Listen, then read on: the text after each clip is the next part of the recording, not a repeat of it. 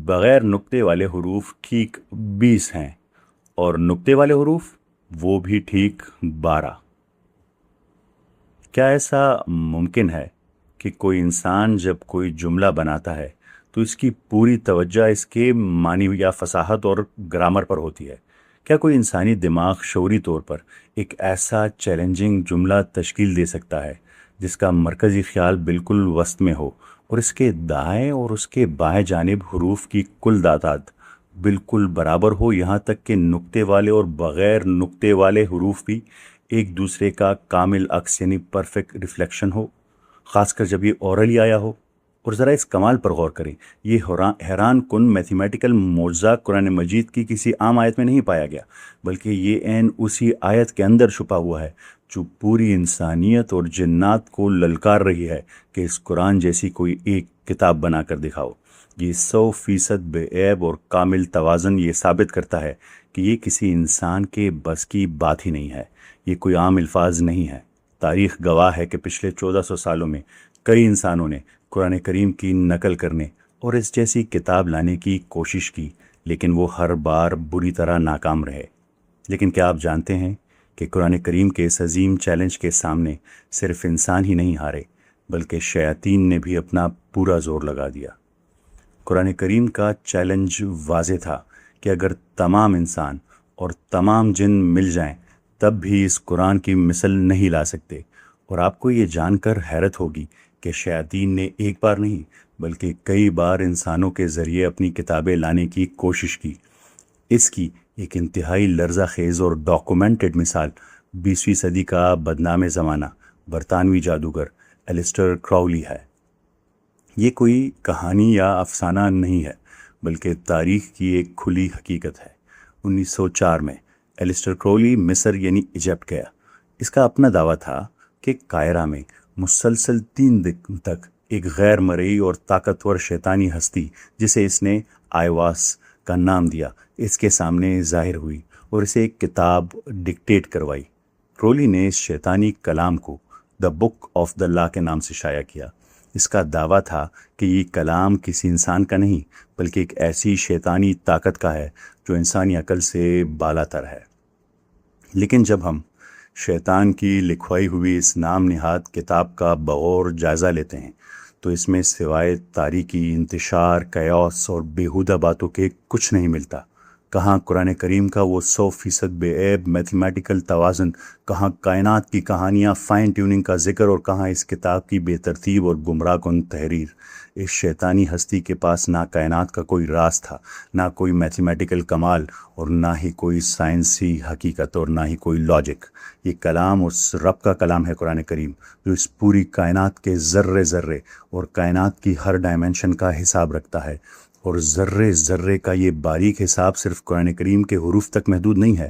اس خالق نے اپنی پرفیکشن اور قدرت کی کائنات کی ہر شے پر سب کر دی ہے، یہاں تک کہ خود ہمارے وجود پر بھی۔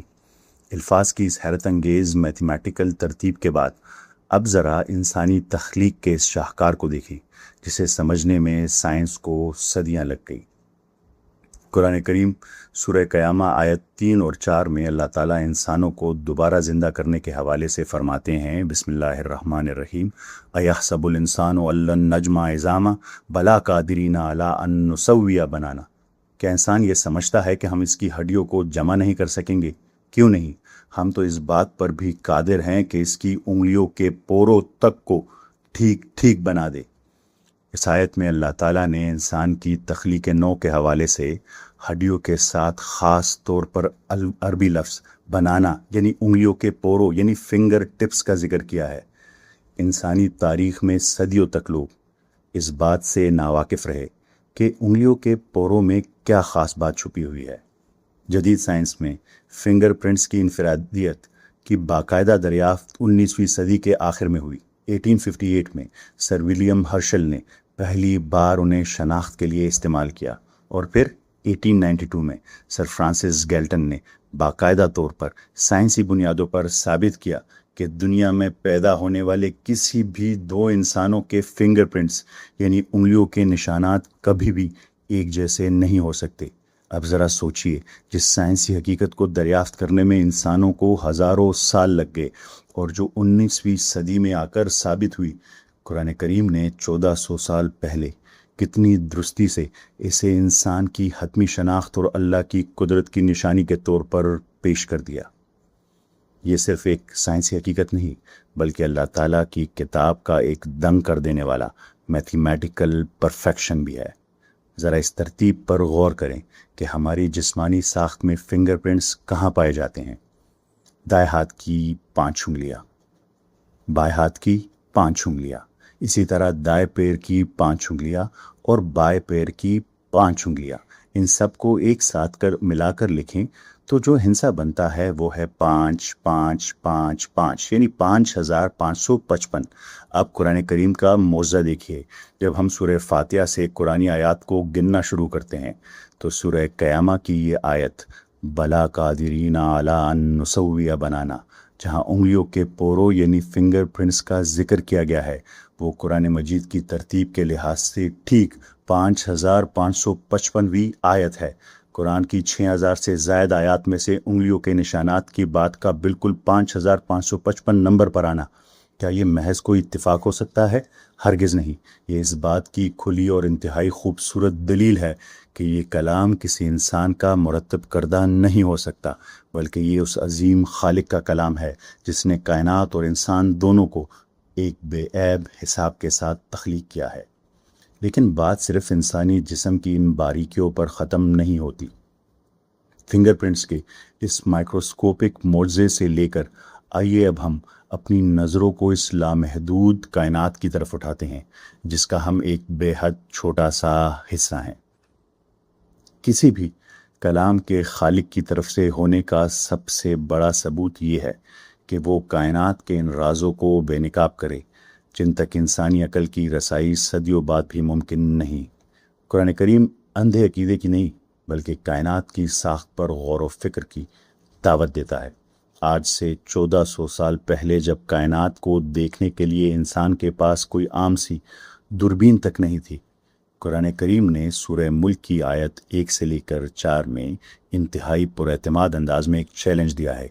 الذی خلق 7 سماوات طباقا ما تری فی خلق الرحمن من تفاوت فرجع البصر هل تری من فطور ثم ارجع البصر کرتین ینقلب الیک البصر خاسئا وهو حسیر۔ جس نے 7 آسمان اوپر تلے بنائے تو رحمان کی پیدائش میں کوئی بے ترتیبی نہ دیکھے گا۔ تو پھر نگاہ دوڑا، کیا تجھے کوئی شگاف، نقص یا فطور نظر آتا ہے؟ پھر دوبارہ نگاہ دوڑا، تیری نگاہ تھک کر اور ناکام ہو کر تیری طرف لوٹ آئے گی۔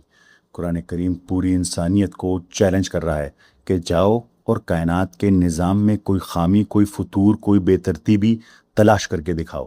14 صدیاں گزرنے کے بعد آج کی جدید ترین فزکس اس قرآنی دعوے کے سامنے سر تسلیم خم کرتی نظر آتی ہے۔ آئیے میں اب آپ کو دکھاتا ہوں کہ کائنات کی اس فائن ٹیوننگ کا یہ قرآنی چیلنج جب سامنے آتا ہے تو کیسے آج کی سب سے بڑی سائنسی عقلیں بھی اس کے سامنے سر تسلیم خم کر دیتی ہیں۔ سائنسدانوں نے ایک طویل عرصے تک یہ سمجھا کہ یہ کائنات خود بخود چل رہی ہے۔ 1966 میں مشہور میگزین دی ٹائمز نے اپنے سرور پر سوال چھاپا، از گاڈ ڈیڈ؟ یہ اس غرور کی عکاسی تھا کہ شاید اب کائنات کی تشریح کے لیے خالق کی ضرورت نہیں رہی۔ اسی دور میں ماہر فلکیات کارل سیگن نے دعویٰ کیا کہ کائنات میں زندگی کے پنپنے کے لیے صرف 2 شرائط درکار ہیں، لیکن جیسے جیسے سائنس نے کائنات کی گہرائیوں میں قدم رکھا یہ خوش فہمیاں ٹوٹ گئی۔ آج سائنس جانتی ہے کہ زمین پر زندگی کے وجود کے لیے 2 نہیں بلکہ 200 سے زیادہ شرائط پیرامیٹر کا بیک وقت 100% درست ہونا ضروری ہے۔ اگر ان 200 شرائط میں سے ایک بھی بال برابر اپنی جگہ سے ہل جائے تو زندگی کا تصور ہی ختم ہو جائے۔ اس سے بھی زیادہ لرزہ خیز خود اس کائنات کا وجود ہے۔ بگ بینگ کے بعد 1 سیکنڈ کے 10 لاکھویں حصے میں 1 ملینتھ آف اے سیکنڈ میں کائنات کی 4 بنیادی قوتیں یعنی gravity, electromagnetic force, weak اور اسٹرانگ نیوکلیئر فورس طے پا گئی۔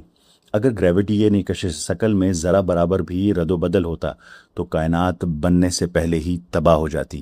اگر کشش ثقل معمول سے ذرا برابر بھی زیادہ ہوتی تو کائنات پھیلنے کی بجائے فوراً اپنے ہی بوجھ تلے سمٹ کر تباہ ہو جاتی.